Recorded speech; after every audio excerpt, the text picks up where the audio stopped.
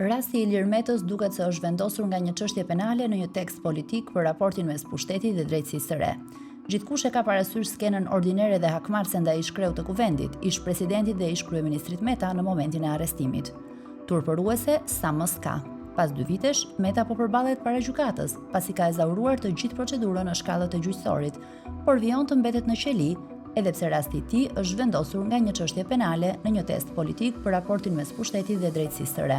Sot duket se strategjia e Metës është viktimizim dhe mobilizim në daljen e parë nga GKO.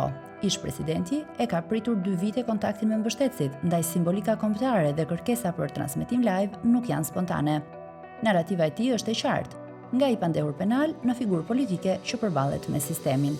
Pamja fizike e lodhur dhe momentet e arrestimit me forcë futen në të njëjtën linjë. Krijohet imazhi i një lideri të goditur, jo thjesht i një të akuzuari. SPAK dhe drejtësia e re kanë pasur nevojë për autoritet, si në rastin e Ilir Metës dhe Sali Berisha. Për SPAK dhe GKO-n, pra strukturën e re të drejtësisë, ky është një rast prove. Një ish-president në paraburgim është sinjal i fortë. Askush nuk është mbi ligjin. Por nga ana tjetër e medaljes është e pandehura Belinda Balluku për miliona euro korrupsion, e cila vijon aktivitetin politik çdo javë nga Roskoveci deri në Divjak. Pasi Edi Rama i ka vënë kufirin te Thana, kreut të SPAK-ut, Klodian Braho. Ndërsa çdo zbutje mase ndaj Metës interpretohet menjëherë si dobësi ose presion politik. Konflikti i 2 narrativave, Meta apo edhe Berisha, duket se janë pjesë e një procesi politik, ndaj kërkojnë transparencë totale dhe përballje publike. A mjafton që SPAK, GKO të mos e privojnë të paktën ish-presidentin nga të drejta që u njihen hajdutëve të tjerë të rilindjes. Në një mas më të lehtë, deri në vendimin e formës së prerë, Meta nuk ka nga ikën procesit penal. Madje ai kërkon ta mbyllë me transparencë deri në fund, ashtu si edhe Monika Kryemadhi. Gjykata do të arriste autoritetin në rastin e ish-presidentit, më shumë nëse do ta linte në arrest shtëpie. Kërkesa për kamera dhe transmetim live është pika ku përplasen drejt për drejt. Meta për legjitimitet publik, gjykata e mendon si rrezik të transformimit të sallës në tribun politike.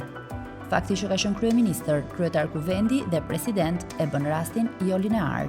Statusi i Ilir Metës ul rrezikun e haratisjes, por rrit rrezikun e ndikimit përmes rrjeteve politike dhe aksesit indirekt.